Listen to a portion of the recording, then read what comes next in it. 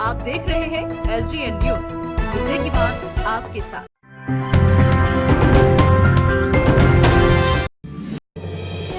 किसान आंदोलन की लहर अब पूर्णिया में भी दिखने लगी है। किसान नेताओं के साथ साथ अब राजनीतिक दल भी एकजुट होकर सरकार से मांग कर रहे हैं।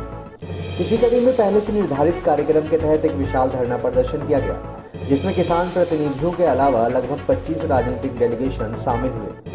धरना के बाद सभी प्रदर्शनकारी पैदल मार्च निकाले। स्थानीय थाना चौक से निकलकर ये मार्च विभिन्न मार्ग होते हुए शहर के आनंद शाह चौक पहुंचा, जहां प्रधानमंत्री नरेंद्र मोदी का पुतला दहन किया गया।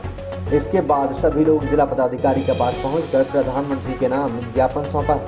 इन प्रदर्शनकारियों की मांग है कि नए कृषि विधेयक में MSP दर निर्धारित किया जाए। अगर सरकार इन मांगों को नहीं मानती है तो चरणबद्ध आंदोलन की चेतावनी भी दी है। देखिए, ये जो किसान विरोधी बिल रात के अंधेरे में कोरोना काल में इन्होंने जो पास कर दिया है, वो बिल्कुल 80% किसान विरोधी बिल है और पूर्ण घरानों के समर्थन। इसीलिए उस बिल को काला कानून को सरकार वापस ले, न्यूनतम समर्थन मूल्य को कानूनी दर्जा दे। इस बात को लेकर आज हम लोग जो आपको धरना दिया है, आगे जो है वो और विशाल होगा आंदोलन। जिस तरह और दिल्ली में जो हमारे किसान अपना काला कानून के विरोध में जाम किए हुए हैं, उसके समर्थन में ये कार्यक्रम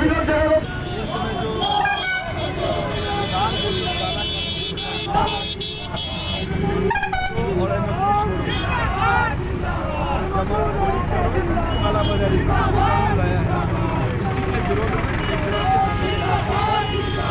सभी राजनीतिक और सभी समाज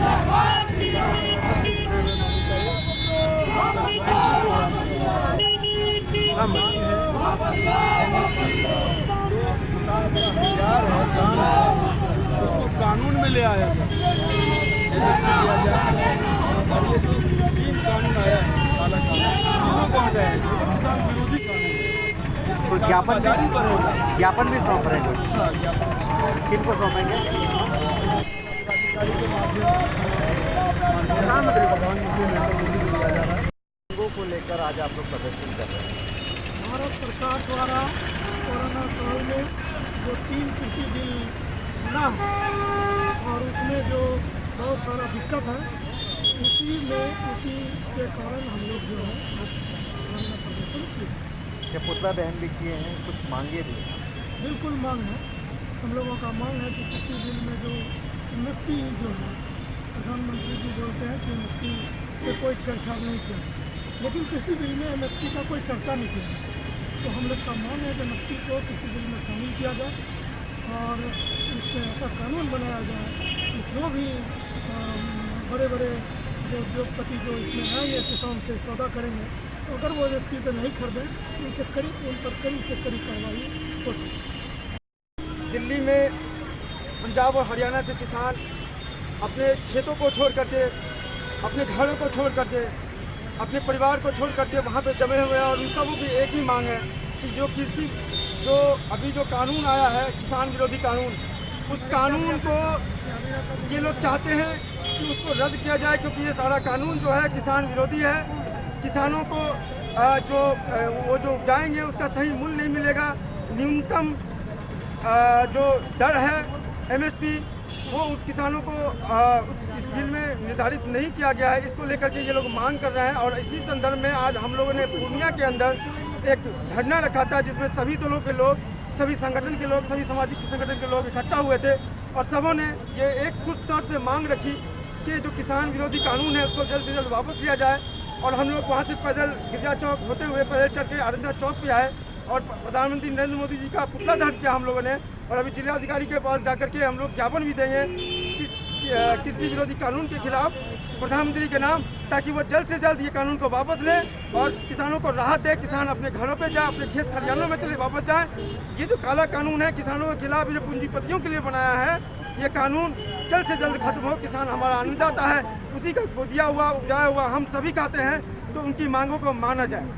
सरकार आखिर किनके समर्थन में काम कर रही है? किसानों के लिए कर नहीं रही है, रोजगार पे कोई बात नहीं हो रही है। सरकार अडानी और अंबानी के लिए काम कर रही है, चाहे आपका भारत में हो, चाहे हिंदुस्तान लेवल पे हो या पूर्णिया के लेवल पे। हर जगह कारोबारी और अधिकारी मिलकर किसान को लूट रहे हैं। इसका जीता जागता उदाहरण है हर जगह। किसान के लिए बात कहाँ होता है?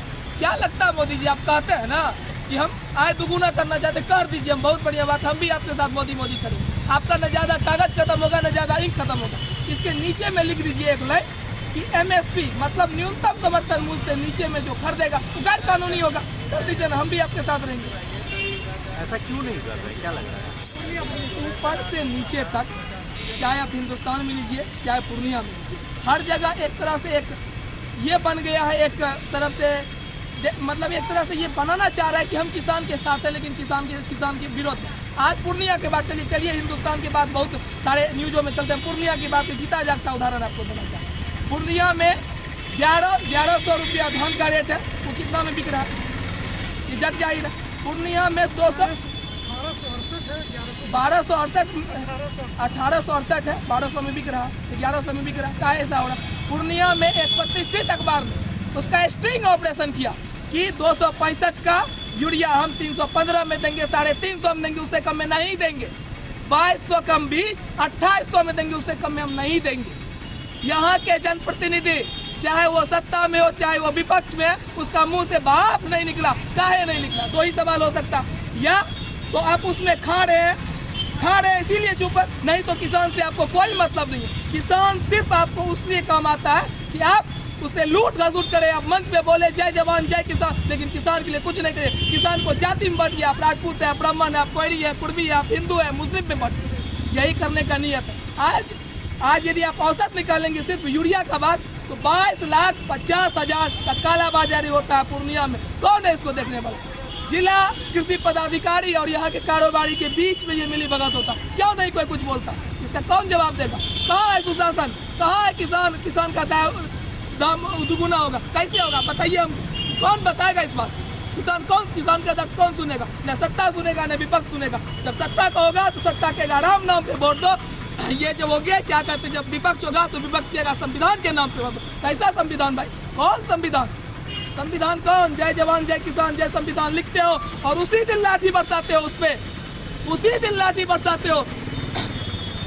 जब प्रधानमंत्री का भाषण आप 2019 में आए थे भाषण देने, जब प्रधानमंत्री पहला बार बने थे, वो कहते थे कि मैं देश का बेटा हूँ। बाहर बेटवा, अब तो बापे पे लाठी बरसा दिया।